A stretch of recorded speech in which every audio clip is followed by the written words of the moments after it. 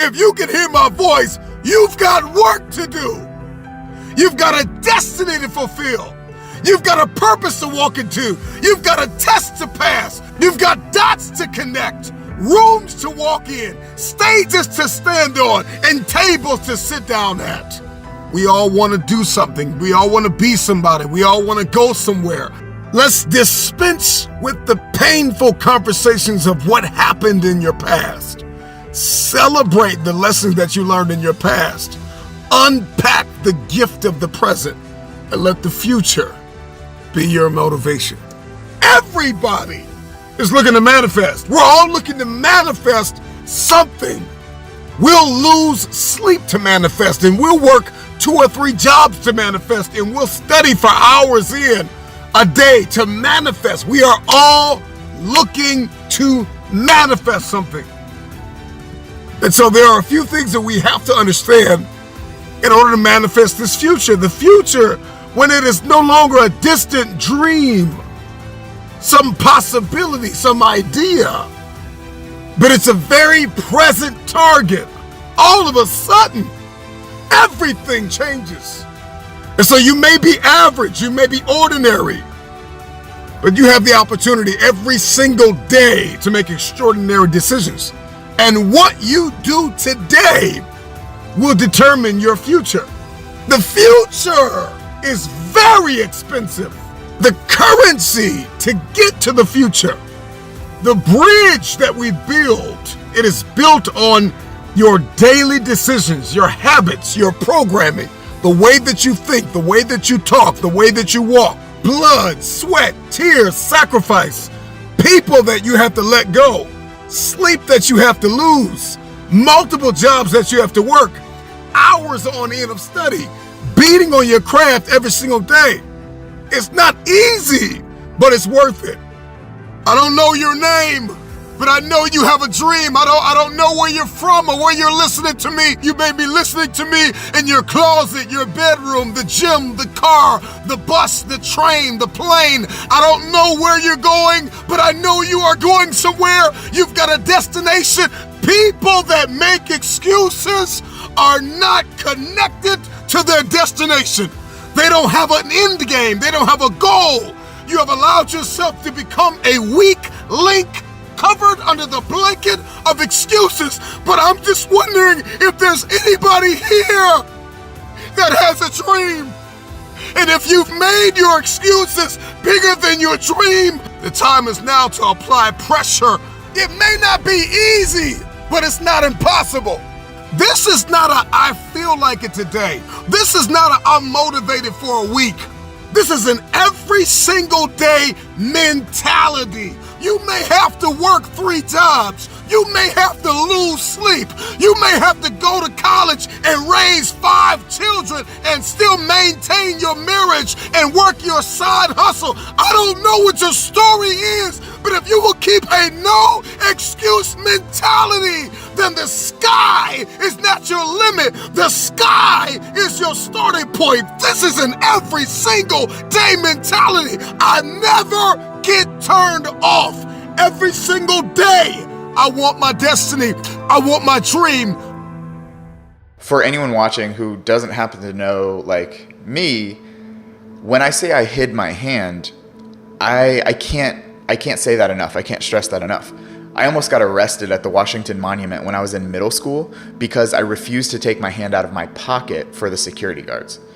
I would put my backpack on and go to school, and if I put my hand in my pocket, which is how I hid my hand before I got the glove, I would have to ask to go to the bathroom just to take my backpack off, or I would leave it dangling on my left side the entire day.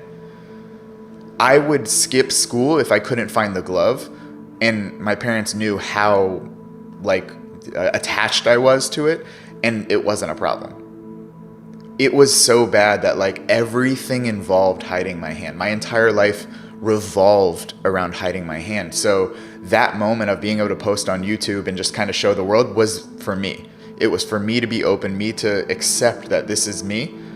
And it happened to go extremely viral and go all over the place, from Washington Post to YouTube front page of Reddit. And so many people reached out to me saying like, I share your struggle. I know what it's like to hide. I know what it's like to feel deemed by society as broken, and I have your back. And that was a really big moment for me. Yeah, that's the video that has 4 million views. And then, yeah, that one blew up. And then the following one where I did my first prosthetic arm, that one also blew up, get like 5 or 6 million views too. And those two videos just showed the evolution from a person who hid something he was born with to a person that was embracing it. And now it's, you know, what held me back is what pushes me forward so far. That saying, the obstacle in the way becomes the way, really epitomizes like what I went through and what I'm currently doing with my life now. I mean, motivation comes after action. The question is not how do you develop the motivation to keep going? The real question is, how do you develop the discipline to do the stuff you need to do even when you don't feel like doing it? Floss one tooth. Go to the gym and lift one weight one time. Then you can stop. Then you can go home. Then you can stop. More than likely, because you already got there, because you already started, you're going to finish. Getting there is the majority of the issue. The discipline to start, that's what you need. The motivation to keep going comes after the action to start. So on those days you don't feel like it, if you know you need to, you have to. It's the same thing with a job. I can promise you, almost anyone who works a job, they have those days where like, I don't want to go to work today. On their way to the work, they're still going because they tell themselves they need to. And I could ask both of you, do you need to work? And more than likely you would probably say yes. I could ask anyone watching, do you need to work? And more than likely everyone would probably say yes. And I will say, no, you don't. That's a lie. That's a lie that you're telling yourself. You don't need to work. You could be homeless. You could give up everything you own and you could live on the streets. You could. So it's not a need, it's a want. It's a desire to not be homeless. It's a desire to maintain the life that you have. And if we have an ability to turn a desire into a necessity like we do with our job, you have the same ability to turn a desire of fitness goals into a necessity to do it regardless of how you feel. 9th grade in high school. I don't know why she said this, but I don't even remember the context, but she said, you teach best what you need to learn most. That has stuck with me for so long. And I've kind of built on that concept of the answers you need are in the problems you haven't solved yet. You teach best what you need to learn most. For me, I needed to learn how to validate myself. I needed to learn how to see value in myself when I saw myself as broken. I needed to learn how to, lift weights thinking that I couldn't. And now I teach people that stuff. That's my job. What I teach now is what I needed to learn most back then. And it's so crazy how the problem becomes a solution. And one of my talks, I said how I turned my health issues into wealth issues. And not just money, but in terms of what held you back is what can push you forward. And that's conceptually, I feel like a lot of people could benefit if they really looked at the problems they're facing right now. There are massive solutions within those problems that can take you to a new level of life if you look at them from a different perspective. The second lesson for me would be focus on what you can control. That concept has reduced my stress, has reduced my anxiety, has reduced so much unnecessary worry in my life. So many people are like, oh, Chris, it's easier said than done. Absolutely, that's true. But it's better done than said. So that is a moot topic right there. If you focus on what you can control, you reduce the energy investment into things you can't. What if I get fired? What happens if my partner leaves me? What happens if my business fails? What if? Okay, you can't control the what ifs. You can't control external circumstances. What I can control is my thoughts, my behaviors, my actions. I can create a plan. I can create an action set. I can do those things. That's what I can control.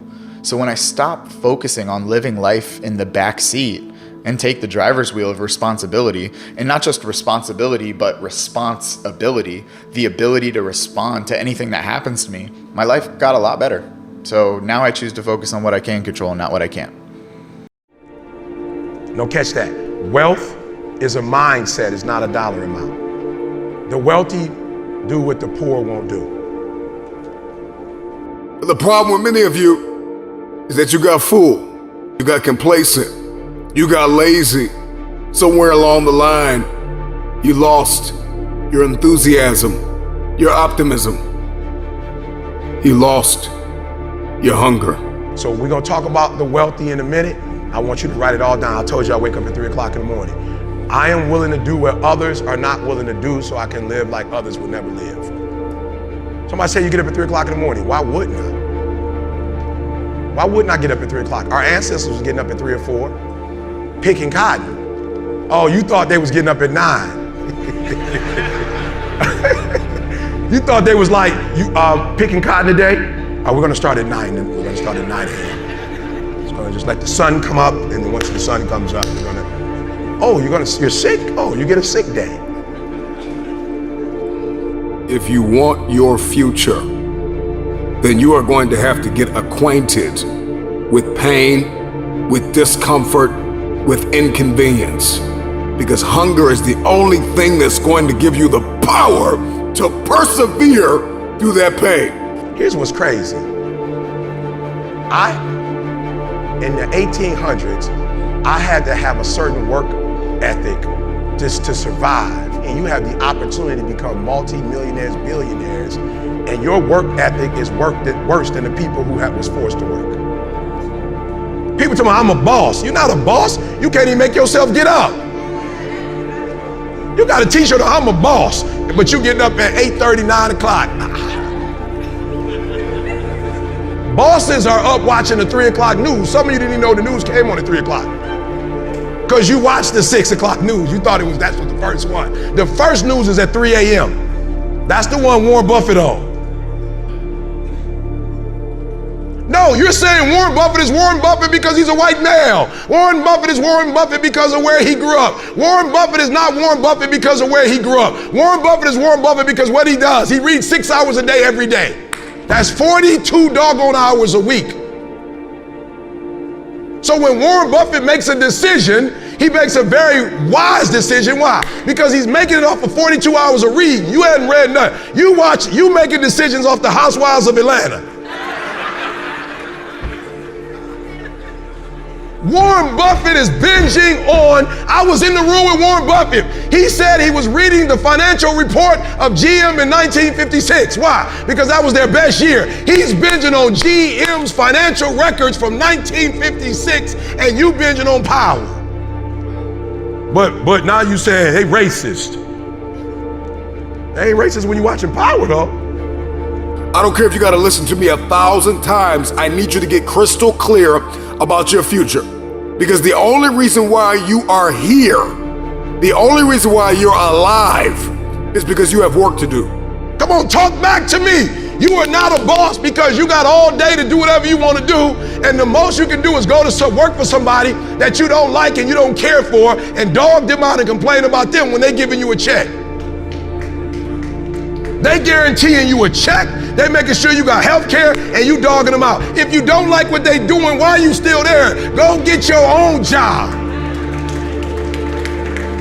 They weren't the only ones that was blessed, and that was fruitful, and that could multiply, and that could subdue the earth and have dominion. They're not the only ones. You can do it too, but your problem is you're not a 1%er because you don't live like a 1%er. If you want generational cycles broken in your family, if you want to be the first to achieve, the first to get it done, the first to see it, the first to do it, you must stay hungry. There's this thing people think that like, I'll be happy when? Once I get like this big, amazing home, or once I get this car, or once I get this relationship or an amount of money, then I'll allow myself some happiness. The problem is the finish line always moves. You never arrive there, right? The other part is people think, well, if I enjoy myself now, I'm gonna lose my drive. In other words, if I can just wire myself with enough pain all the time, I won't lose my drive or ambition. The truth is there's no correlation between the two at all. There's no relationship between you feeling complete pain all the time and losing drive. And so I talk about living in a state of blissful dissatisfaction. And really the best example of that would be like if you've ever, I love a good meal, right? If I bite into a great piece of steak, if you're a steak eater like I am, you take that first bite, it's like complete bliss, right? there's no correlation between how great that tasted and your lack of desire for the next bite. In fact, that bliss causes you to want more of it. And so the more we can begin to reward ourselves with bliss, we're not gonna lose our dissatisfaction. We're not gonna lose that. And so for me, our brains, this dopamine hit you get when you do something successful, if you constantly cheat yourself out of that hit, right, biomechanically in your body, less and less in the future will you want to achieve the next level, the next dream, the next step. And that's why so many people stall out in life. They got to a certain point and they cheated themselves out of the bliss, out of the celebration. It's important that we celebrate our wins. We celebrate our lives because it causes us to want the next bite. It keeps us hungrier, not the reverse. And so for me, I want to live in a state of being grateful and blissful now, not waiting for some future place or date that may never arise. So that's what it means for me. I play these very strange games with myself when I'm at the gym. When I'm working out, I always do one extra rep, one extra set, because it's a promise I kept to myself. And here's the biggest thing, it's a pattern. It's a pattern I keep of me. I always do a little extra. I always go the extra inch. And the quickest and easiest place to do it is the gym, because I can always grab one more weight, one more set. And here's what it does. It shifts your identity. Yeah. So identity is the governor on our lives. It's the invisible force that no one understands. And once they do understand and get a hold of it, their life can change. And so not only if you don't get a hold of this, will these outward conditions of your life keep being exactly the same, but you could behave differently. You could do all the working out. You could be thinking great thoughts, but you are going to get out of your life. You're going to be the most powerful force in the world, I think, is to be consistent with the concepts, ideas, and worth that you hold for yourself. You will get that out of your life, what you will tolerate. Okay. The deeper part of that is identity. And so identity is very much like a thermostat sitting on a wall, right? And this is important. Once that temperature is set at a certain degree, everything in the world externally can hit it, and you will find a way to get that temperature. So even in this house, let's say it's set at 80 degrees. If we opened up all the doors and cold air, just the worst things in life, the blizzard of life came in, the thermostat will kick the heater on and it will regulate this room back to 80 degrees. The reverse is also true. It's a super hot day. Great things are happening in your life. It's getting hotter and hotter and hotter. If you're at 80 degrees, that internal thermostat will find a way over a window of time to cool your life right back down to 80 degrees again. So the key, the secret key, is to be able to shift that identity. 90, 100, 120. So some of the ways, strategies to do that are very simple. One is let's just say financially, you're a 200 degreer and I'm an 80 degreer. If I'm in your proximity over and over and over and over again, you will heat my identity up somewhere in between mine and yours to 150 degrees. Same in fitness, same in everything. So the more you can layer in multiple people, the stronger and stronger that force is. So that changes our thermostat through association. It's a huge, huge, huge, huge thing. People say you are who the 5 people you hang around. This is why. They adjust your thermostat. That's number one. Second way you can change your identity is through doing short bursts of something in a window of time you've not done them before, and they change the thermostat temperature permanently, almost like a water line in the pool. So if it's a certain amount in the gym, or a certain amount of phone calls in your business, or a certain amount of appointments, you make a certain amount of money, oftentimes you're never the same again. You've seen this in your own net worth. I've seen it in mine. There became a point where I made a leap in a short window. I was never really the same again. I could go back a little bit, but not back where I was before. So it's activity or successes, achievements in short bursts of time. And then obviously our self-confidence impacts identity too, and we've kind of covered that. Those are 3 quick ways. When you were starting out, you're broke, your wife's car got foreclosed on, your water was turned off at one point. I mean, it's like literally crazy. Yeah. How do you begin to build that, like for real you, not in the abstract, but how did you begin to build your self-confidence when like you're teaching people how to do something that you haven't actually done in your life? If we really go back and we look at it, I had a couple good things happen for me, or to me. One was, at that time, my wife did get frank with me. This is not who you are. This is not what you're about. I don't recognize this person. This is who you are. And I had other person, to my benefit, pointing out to me the things that were great about me. Now this is gonna sound hokey, but I'm gonna give you the big one. And this is why life gives you these great tests. I had a really good friend of mine, I went to lunch and he said, I don't know who this guy is here in front of me. And he goes, let me ask you a question, honestly. Right now, what are you grateful for?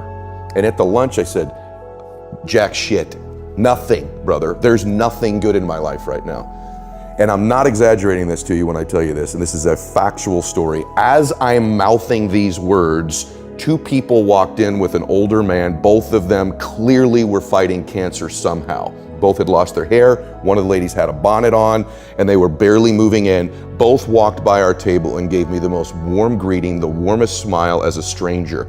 And he goes, "That's pretty freaking pathetic. You can't find anything in your life to be grateful for right now?" And on the drive home, I'm not kidding you, I started to stack gratitude. I started to take inventory, because if you can find things to be grateful for in that space, man, is your life going to be rich when there really are external things to be grateful for. So my first mechanism out of that space was honestly to stack the things I was grateful for, and I started reinforcing it over and over and over again. And what happens is there's this reticular activating system in our brains, right? And all of a sudden, because that's the messaging I was giving myself, all of a sudden, all these things start to come into my awareness that I'm grateful for. I start to magnetize to myself some people that I needed to find into my life, and that was the next layer. I started to see things to be grateful for. My health, my fitness, people who loved me. And what it is, it changed my state. When I stacked gratitude, I changed what I did in the morning, and I changed what I did in the evening. And so somehow, by grabbing control of my morning and by grabbing control of my evening, I got some measure of control over the middle of my day. I was an out of control person back in those days, meaning this: I woke up worried, stressed, fearful, and I immediately start thinking about a bill I had to pay, something that was wrong, and I'm in a state of reaction to begin I'm talking within 6 minutes of waking up, 6 seconds. Most people listening to this, that's what they do. I said, I got to grab control of my morning, and I set up routines in my morning. Maybe they served me, maybe they didn't, but they were things I could deliver on doing for myself. And so not only did that give me control over the day, but I started to stack my self-confidence too.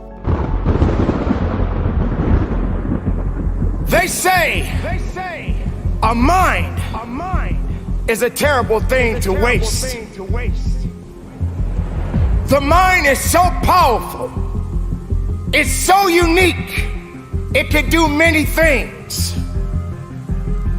And you are the one that is responsible for the thoughts that enter your mind. How do we, as individuals, as people, get away from misery? How do we allow ourselves to elevate the game, to go higher than we've ever gone before? How do we escape from the misery? Because misery has no place in your life. Misery is exactly what it is. Misery doesn't bring happiness. Misery is on a mission to take everything away from you. What is misery doing for you? What has misery done for you lately? Has it given you everything that you need? Has it made you a better person? Do you feel that all you know is sorrow? Why do you allow misery to handcuff you, to chain you down? The mind is a powerful weapon. It belongs to you. And everything that you think, therefore you shall be. Be greater than your fears. Be stronger than your doubts. Because your mind is very powerful. Bring in the goodness. Absorb the right energy. Moving with a purpose. Conditioning your mind is what this is about. Every day it's not going to be a good day. But every day is a blessed day. Because you are above the ground. You are walking tall. There is no time for sorrow. There is no time to give up. This is the opportunity, an opportunity of a lifetime.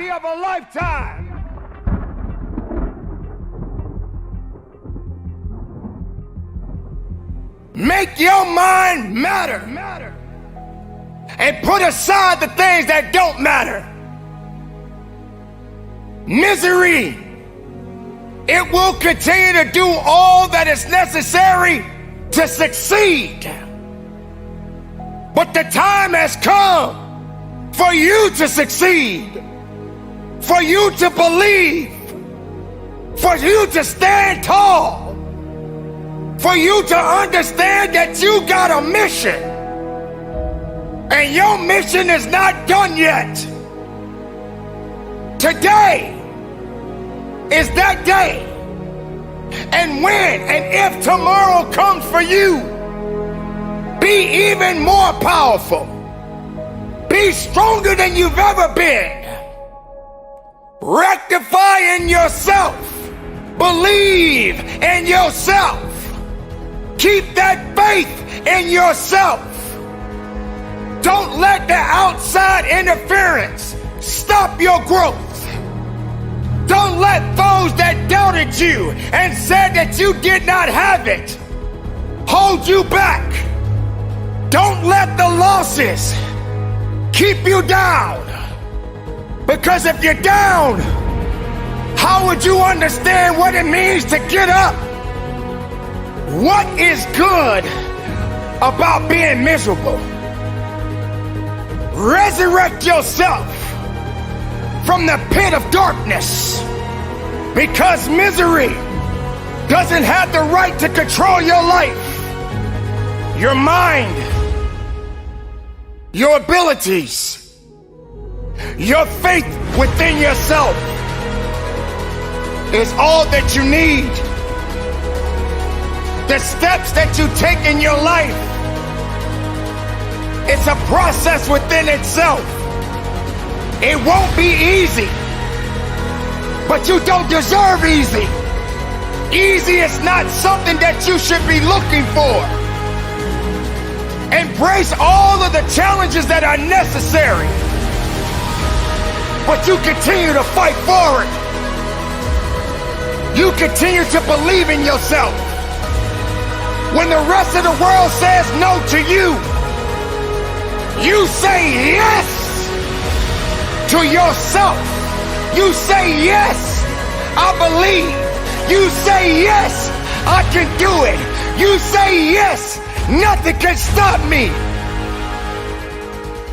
Let it be known within you, because no matter what's happening, no matter what's going on around you, you are responsible for what you think within you. Your mind does matter. And if you put the wrong things inside of your mind, the best things won't come out. The best of you won't show up, because you allowed everything around you to destroy you, to destroy your dreams. And your dreams are limitless. They never die. There's gonna be a lot of things swimming beneath your feet. There's gonna be a lot of things that's gonna try to drag you down. But you're not in the business to drown. You're in the business to live. Do not starve yourself from the beauty of life. You must have the ability to nourish your mind. You must have the ability to nourish your soul. Are you ready to succeed? Are you prepared to move forward? Make it count. Be productive. Be powerful. And from the bottom of my heart, conduct your business.